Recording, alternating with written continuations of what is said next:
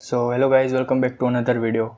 In this video we are going to learn how can we navigate from one page to the another page on pressing any button or anything like that. Okay, so for that I have created this login page for a demo, and what we want is that when we click on this button, this person button, we navigate to this login page. And for that, in the onPressed method of this icon button, we are going to write navigator dot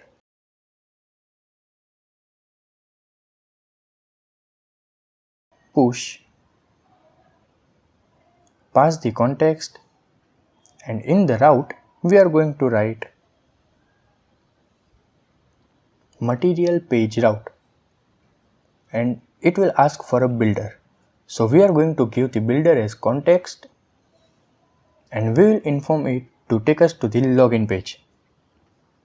So let's repeat this line: material page route, it will ask for a builder, and in the builder we'll pass the context as login page.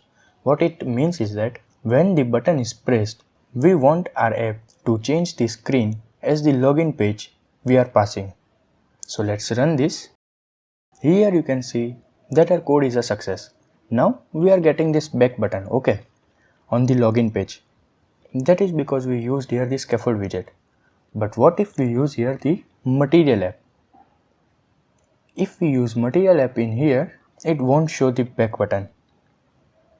You can see here, wait a second, okay, right here. See, the back button is gone. So that back button is a functionality which scaffold provides us. So let's bring it back. Okay, here you can see. So yes, this was it from today's video. See you all in the next one.